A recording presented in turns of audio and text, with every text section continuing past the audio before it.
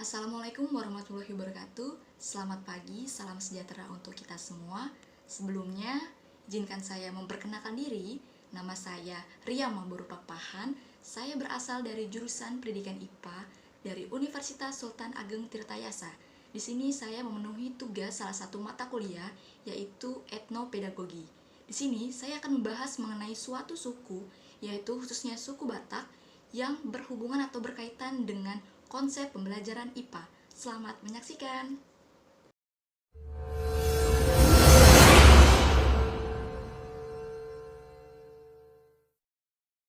Suku Batak. Jadi, suku Batak ini terletak di pantai barat dan juga pantai timur di Provinsi Sumatera Utara, di mana suku Batak terdiri dari 5 suku, yaitu ada suku Batak Toba yang terletak di Kabupaten Toba Samosir, lalu ada suku Batak Simalungun yang terletak di Kabupaten Simalungun, lalu ada Batak Karo yang terletak di dataran tinggi Karo, lalu ada Batak Pakpak yang terletak di perbatasan Aceh, dan juga terakhir Batak Mandailing yang terletak di Kabupaten Mandailing Natal. Suku-suku tersebut merupakan memiliki suatu ciri salam yang berbeda-beda, yaitu untuk pada Batak Toba, salamnya berupa Horas Jalaga Bema Dihita Saluhutna. Untuk Batak Simalungun, yaitu Horas Banta Siganupan, Salam Habonaran Do Bona. Lalu untuk Batak Karo, yaitu Majua-jua Kita Kriana. Dan Batak Pakpak, yaitu Njua-jua Mobanta Karina. Dan Batak Mandailing dengan salam Horas Tonda Todi Madingin Pir Matodi Matogu Sayur Matua Bulung. Rumah adat Batak, di mana rumah adat Batak itu memiliki simbol tertentu, yaitu terdapat simbol cicak dan juga simbol empat bulat yang diibaratkan seperti 4 bentuk payudara. Yang pertama yaitu cicak. Jadi kenapa orang Batak memberikan simbol cicak? Ini seperti kehidupan cicak, di mana cicak itu dapat hidup di mana saja, baik di lorong, di dinding, di atap. Sama halnya prinsip seorang Batak, di mana ketika orang Batak ditempatkan dimanapun, ia harus dapat beradaptasi dengan suatu lingkungannya. Lalu juga untuk 4 bentuk payudara tadi terdapat 4 arti. Yang pertama kesucian, lalu ada kesetiaan, lalu ada kesejahteraan dan juga kesuburan. Di mana 4 makna ini terdapat pada seorang ibu. Di mana seorang ibu yang telah melahirkan anaknya itu anaknya bersifat suci, dan juga setia, di mana seorang ibu sampai akhir hayatnya akan selalu setia terhadap anaknya. Dan juga sejahtera, di mana seorang ibu tidak akan membiarkan anaknya terlantar. Ibu akan memberikan suatu apapun demi anaknya sejahtera. Dan terakhir adalah kesuburan, di mana kesuburan ini yaitu sepasang suami istri yang melahirkan seorang anak. Selanjutnya yaitu pada rumah adat, yaitu pada bagian dinding rumah. Jadi pada adat Batak ini dinding rumahnya itu dibuat miring agar angin itu bisa masuk dari luar ke dalam. Nah, ini bisa dimasukkan ke dalam konsep pembelajaran IPA, yaitu pada materi pesawat sederhana, pada sub materi bidang miring pada KD 3.3 kelas 8. Nah, bidang miring itu merupakan salah satu bentuk untuk mengatasi hambatan yang cukup besar dengan menerapkan gaya yang sekecil mungkin dengan jarak yang paling jauh. Jadi ini bisa diterapkan dalam konsep pembelajaran IPA. Selanjutnya itu ada pondasi. Pondasi rumah orang Batak itu biasanya bentuknya seperti cincin, di mana itu sebagai solusi untuk tahan gempa. Nah, ini juga bisa dimasukkan ke dalam salah satu konsep pembelajaran IPA, yaitu pada materi lapisan bumi dan bencana, yaitu mengenai tentang tindakan tanggap bencana, yaitu pada KD 3.10 kelas 7.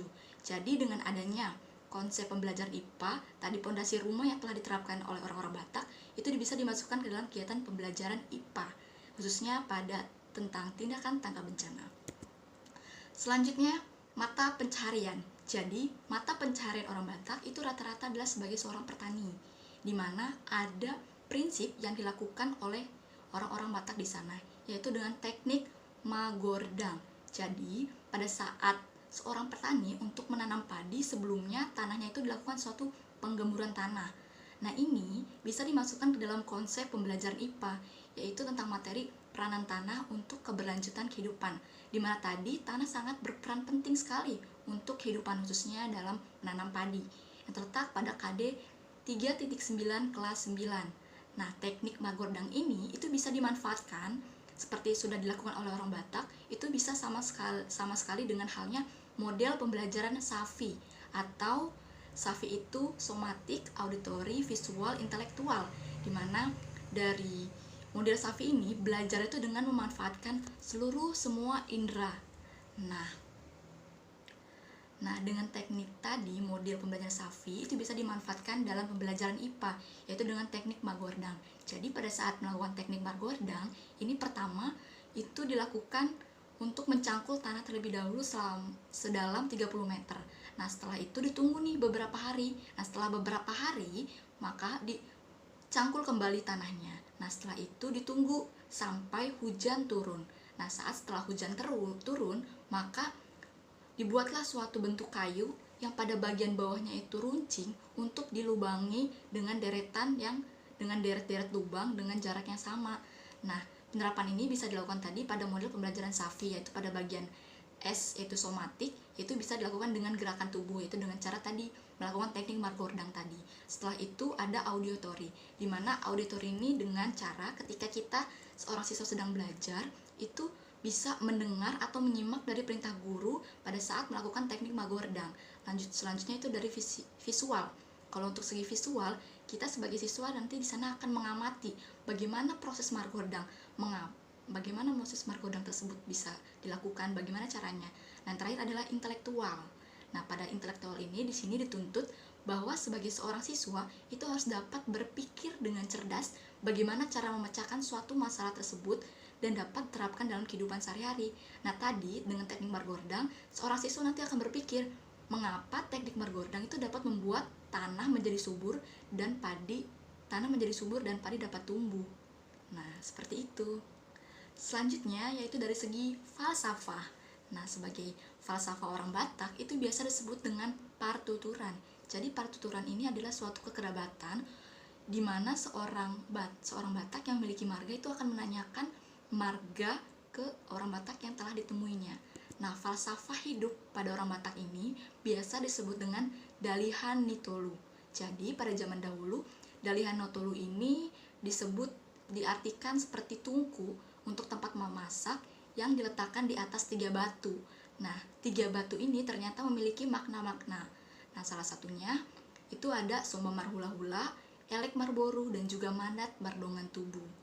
Nah, ketiganya bahwa setiap orang Batak itu pada suatu waktu tertentu itu akan mendapatkan posisi tersebut pada kegiatan adat yang akan dilaksanakan. Jadi setiap orang Batak itu akan merasakan 3 tadi maknanya tadi itu. Oke, untuk ketiga tadi itu bisa diterapkan misalnya pada saudara laki-laki ini memiliki saudara perempuan.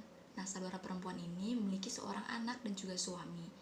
Nah, maka posisi saudara laki-laki ini yaitu bersifat sebagai hula-hula, di mana dari pihak saudara perempuan itu harus menghormati pihak hula-hula yaitu saudara laki-lakinya. Nah, selanjutnya ketika saudara laki-laki ini memiliki istri, di mana istri tersebut memiliki keluarga dari pihak marga istrinya, maka istri dan saudara laki-laki tersebut akan bersifat sebagai elek marboru, di mana elek marboru itu merupakan suatu kelemah lembutan terhadap pihak boru atau pihak istri dari saudara laki-laki tadi. Dan terakhir, ketika laki-laki memiliki teman atau kerabat yang marganya sama, itu disebut dengan mardongan tubuh. Nah, dari ketiga tadi itu bisa diterapkan dalam kegiatan pembelajaran IPA. Nah, salah satunya adalah keterampilan pada bagian afektif, di mana dalam 3 tadi itu bisa melakukan suatu kerjasama, yaitu saling-saling bahu-membahu antar ketika sedang melaksanakan suatu adat. Jadi bagi marhula-hula, elek marboru, dan manut bardongan tubuh itu saling berhubungan gitu untuk melakukan suatu kegiatan atau adat yang dilaksanakan. Lalu ada toleran. Jadi ketika tadi ada singgungan antara hula-hula siapa, elek marborunya siapa, mardongan tubuhnya siapa, di situ akan ada toleransi antar suatu bidangnya gitu, suatu aspek dari ketiga tadi. Dan juga yang terakhir adalah bertanggung jawab, di mana ketiganya karena saling berhubungan maka akan bertanggung jawab tentang adat yang akan dilaksanakan. Nah, selain itu juga bisa dimasukkan dalam kegiatan konsep pembelajaran IPA tadi, yang tadi tentang tungku yang memasak. Nah, tungku yang dimasak ini itu bisa dimanfaatkan dalam kegiatan pembelajaran IPA, yaitu pada materi suhu dan kalor. Nah, pada saat tungku itu dimasak, yaitu dimasak air, maka air tersebut akan mendidih. Nah, pada saat air tersebut mendidih, derajat panasnya itu akan bisa diukur, yang disebut dengan suhu. Nah, setelah itu pada saat suhu tersebut telah tahu bagaimana suhunya dengan derajat panas tadi, itu akan menghasilkan suatu kalor, yaitu panas. Nah, terletak pada KD 3.4 kelas 7. Selanjutnya yaitu pada bidang seni. Jadi pada bidang seni di sini itu tidak asing lagi, yang pastinya itu dengan manortor dan margodang.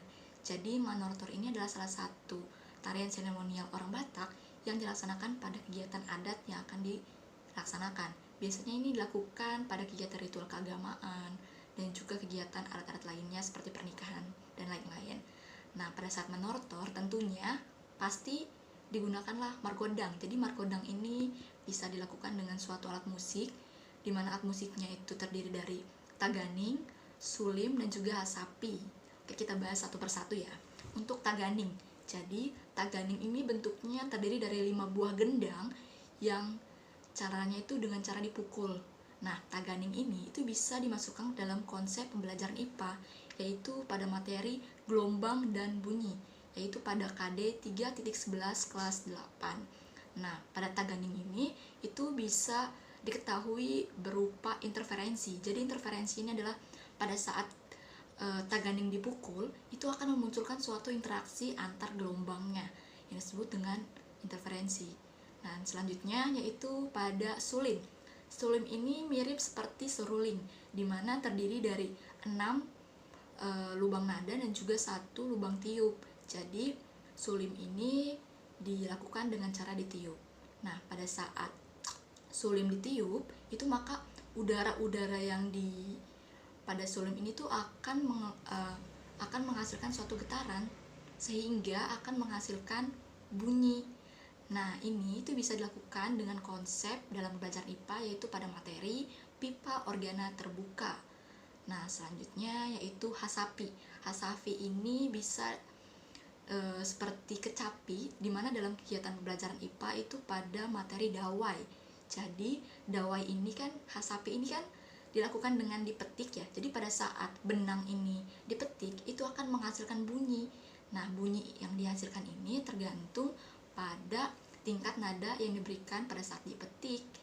Nah, kegiatan seni tadi itu bisa dilakukan juga dalam kegiatan model pembelajaran CTL atau Contextual Teaching Learning, di mana pada saat pembelajaran yaitu memanfaatkan sesuatu hal yang nyata, yang tadi alat musik itu bisa dimasukkan ke dalam pembelajaran IPA, yaitu pada materi gelombang dan bunyi, sehingga pada penerapannya itu bisa terrealisasikan dan siswa dapat memahami dengan baik.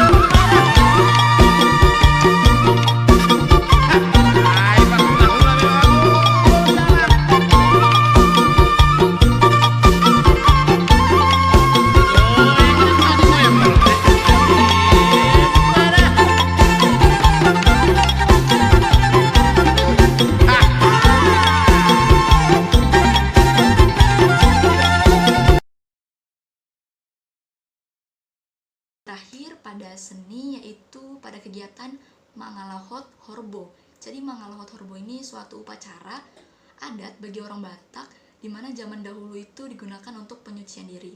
Tapi kalau sekarang itu dilakukan untuk sebagai ucapan syukur. Jadi Mangalahot Horbo itu dengan cara ada suatu seorang bapak adat yang akan melakukan suatu ritual terhadap kerbau yang dimana di sekelilingnya itu ada pohon berupa daun-daun yang dilakukan oleh suatu bapak adat, nanti akan ditusuk gitu kerbaunya, ditusuk suatu kerbau untuk dijadikan suatu bentuk ucapan syukur. Nah, Mangalahot Horbo ini bisa dijadikan dalam suatu pembelajaran IPA. Contohnya adalah rantai makanan pada KD 3.7 kelas 7. Ya, itu dimana pada tingkat produsennya itu sebagai pohon tadi dan konsumen tingkat satunya adalah kerbau yang akan memakan rumput. Nah, selain itu juga pembelajaran IPA ini bisa diterapkan dalam kegiatan modelnya, dimana modelnya tadi sama seperti musik tadi, yaitu CTL atau Contextual Teaching Learning, dimana untuk mempelajari materinya itu mengaitkan antara materi dan juga kehidupan nyata di orang-orang Batak. Karena orang Batak sudah sering sekali melakukan adat ini, maka pada saat kegiatan pembelajarannya ini bisa dimanfaatkan sehingga pemikiran seorang anak itu bisa memahaminya dengan lebih baik dan lebih cepat untuk mengkritisi sesuatu hal yang memang sering terjadi dalam kehidupan nyatanya.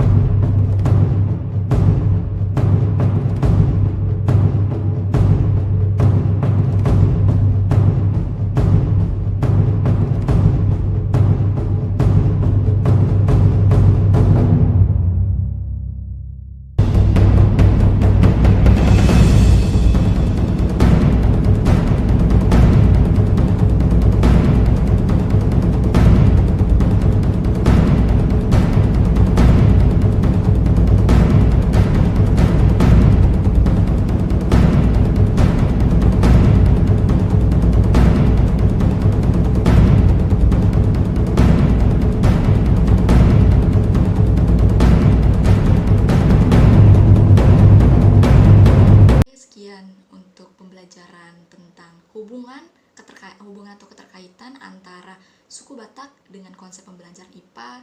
Sekian dulu, terima kasih.